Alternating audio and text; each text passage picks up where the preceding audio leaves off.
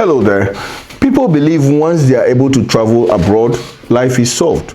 Once they are able to leave the country to another country, which they think is better, their life should be okay. Recently, I attended a diaspora meeting and something really caught my attention. Welcome to the Better Ghana show on Commentarium. This is where I comment, I share opinion, and you make the judgment. And it's very, very important for me that you always make the judgment because your opinion matters on this platform. And the goal is to make sure that we make Ghana better. This is to make sure that the systems and the good things that we see in the United States, we see in the UK, we see in Europe, the same systems will be replicated in Ghana.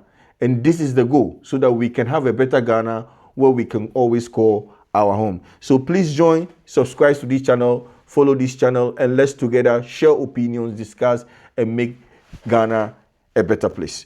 Before I proceed to the topics on the recent crisis that Ghanaians are facing in South Africa, which of course the good government and the giant leadership who are in control and really working to make the Ghana a very good place for all, is on a journey to bring them back home. Before I delve deep onto some of these issues that I want to raise on this topic, I want to just go briefly through some of the comments that I have received from my previous video that I posted. And the first comment I want to look at is the comment from Edmond Prime in the United States. And then it's about the video I posted on the recent arrest of Ohene, and he said that there might be a bigger fish they are looking for, and the case goes several years. So we are still looking to see how the case unfolds, and then if anything relating to this topic comes up, I will definitely share it. And I also have this comment from Rasta Bedzra. It's Raslord Bezra. Yes, I have this comment from Raslord Bezra who said, I can see you are new in the business. Yeah, I started about 3-4 months ago. And then he said, you are trying to be Kelvin Taylor. Please, I am not trying to be Kelvin Taylor. I am trying to be me. Anyway, thank you very much for the comments. I appreciate you taking time to also comment. And on Facebook, I got a message from Kobe Sapon. If you are there, shout out to you. He said, we as citizens, we have a part to play. Spilling oil on the road reduce the lifespan of the road. Yes. So some of the spillage that we cause on the road affects how long the roads will stay. So we also have a responsibility to play. And also I have Gibson Entry. He said, yes, that road needs to be fixed. It has been there for years and nobody cares about it. Yes, that's the Zansuma Janshi Road. I was there 3 years ago, as I mentioned in my previous video. But yet, we still have this road in that situation. And my last comment, I also want to look at Genesis and Martin Yeboah. Please, this road has been there for a long while. It's actually going on. The road minister is doing well. Yes, he also commenting that the road minister is doing well. Looking at the hard work of the road minister, this road is nothing to be compared to the hard work of the minister. Yeah. Genesis, I think, want to emphasize on the fact that the minister is working very hard, and then this road needs to be looked at. And also I have Martin Yeboah, who is saying that please draw the minister's attention. And I say they have seen it, we've shared these videos, and I hope they will do something about it. We'll continue to follow and to make sure that it is fixed. Right. Let's jump right back into the topic. 800 Ghanaians registered their names, and thankfully, as the minister confirmed, which you will watch the clip briefly, the Ghanaians who registered their names have been scheduled for evacuation, just as the minister promised that it will happen this week. And it's really happening this week. This is really a good story. And it's happened just as the minister promised. Let's watch it briefly and then let's come back and look at it. From next week, we are going to be carrying out multiple rounds of evacuation. evacuation. More than 800 Ghanaians have written their names. We want to demonstrate that Ghanaians have a home, Ghanaians have a government, Ghanaians have families, and if we don't have them, and it's very great and very refreshing to watch that, as he promised and mentioned in the meeting, it's happening and Ghanaians are being evacuated. Let's take a look at it together, see how beautiful it is. The evacuation of the Ghanaians back home is amazing. It's amazing. This is very encouraging to watch this, to see that the leadership is working to ensure that Ghanaians are back home safely, they are protected, and then they are taken care of. And it's good to know that the leadership is acting very swiftly.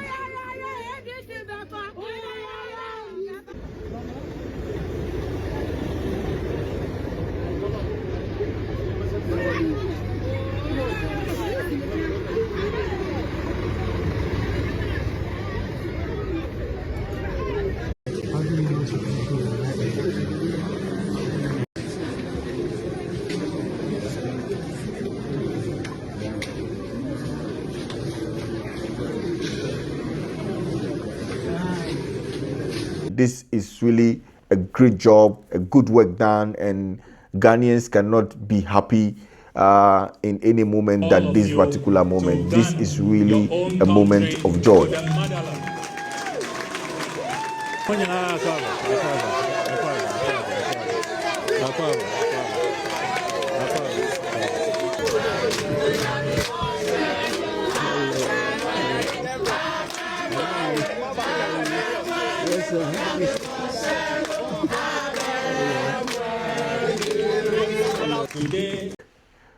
But at the same time, this got me thinking a lot, right?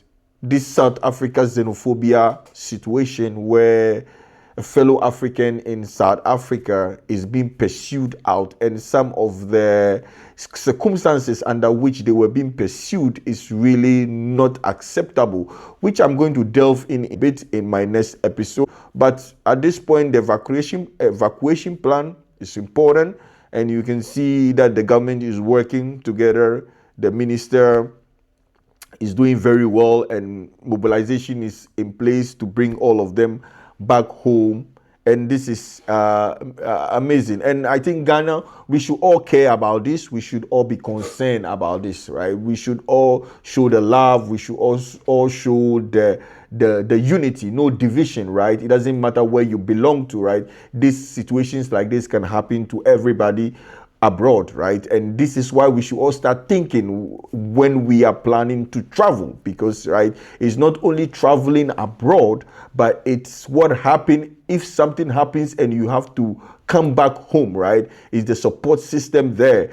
It's are you in a position to really restart your life? And these are some of the issues that I want us to delve in my subsequent videos. If you have not subscribed to this channel, please do so and hit the notification button so that you can get noticed when I post the video.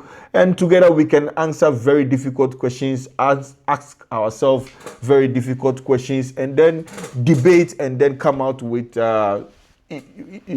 solutions that will make Ghana a better place for all of us, right? So why we should care is because, you know, there are families that depend on these people who were in South Africa.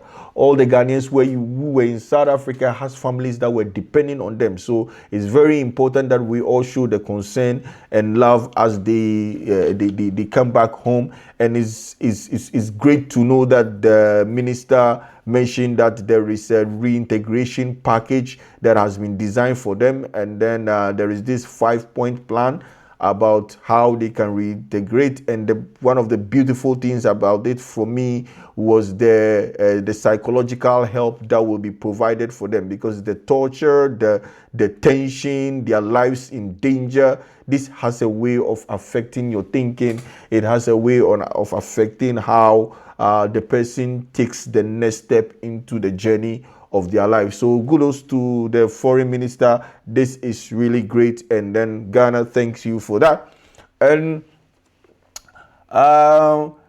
I want to also emphasize that, you know, these people, we shouldn't just look at them in a way where some people feel like, yeah, they travel on their own and now they are back, and we are supposed to now take care of them or support them. And then, you know, the whole lot of mindset where I saw somebody talking about the prodigal son situation, that yes, they have gone and now they have come back and they are coming to get the support. What about those of us who were in Ghana, who also need money to do businesses and stuff like that? We also need the same support. I understand the thought process. Don't forget that these Ghanaians abroad were also sending money back home to support the family, to support some of their dependents, to support some friends. There are friends who were also calling them and asking for help when they're working there. And then, you know, we all live abroad. Sometimes you get friends who will call you and ask you for help. So this happens. And don't forget that in the State of the Nation address that the president read, he mentioned that remittances were about 7.8 billion. And these were monies that were sent by people who were living in the diaspora, right? And they are part of these people, right? So, and the minister did a confirmation on these remittances, which I want you to listen briefly. Is that these are Ghanaians who are contributing to our economy. Sometimes you read all kinds of disparaging comments. Oh, but who really asked them to travel? But what are they doing there? Oh, but they should just come home. They are contributing to our economy. $7.8 billion. And that is such a massive contribution. And the Ghanaian communities all over in the world must be applauded for their contributions to our economy. The minister also made a very, very important point that migration is part of the human history. It has been part of humans. Traveling from one place to another is part of a human nature. I want you to listen to it briefly. Where to go to. I mean, traveling is part of human nature. It has been part of human history since the inception. Everybody travels. Every country has citizens living outside that country. No matter how advanced, no matter how industrious, no matter how rich a country, there is no country in this world that does not have its nationals in another country. And the fact that there are foreigners in your country does not mean you disrespect them, you dehumanize them. Yeah, so you see, the point is very clear. Somebody coming into your country doesn't mean that they don't have anybody supporting them, right? We should definitely appreciate that countries also with time changes their immigration policies, countries changes their rules about immigrants. Effort of migrants have contributed greatly to the development of countries, right? So we cannot rule out that foreigners living in a particular country contributes to the development of that very country. We cannot rule that out, right?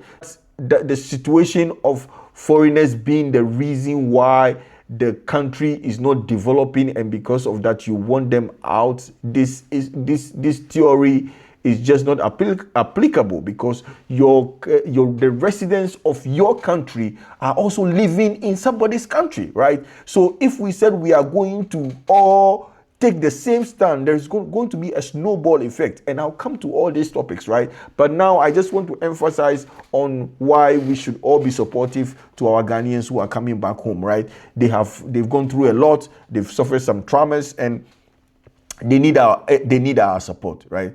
And we all going to rally together and then ensure that they get the protection that they need, they get the support that they need. We show them the love that they need, right? This is very beautiful. It's a very beautiful moment, and it's a very beautiful time to become a Ghanaian, right? It's a very beautiful day to show up, own up, and say I am a Ghanaian, right? Because this is beautiful. The whole world is now talking. They've seen how quickly we can protect our people, and this is going to be a sign to them, right? Please follow, subscribe, click the notification button so that you can get notice when I post my next episode. Drop in the comment section your opinion and what you think we can touch base on these issues that I have raised. Thank you, and see you on my next episode.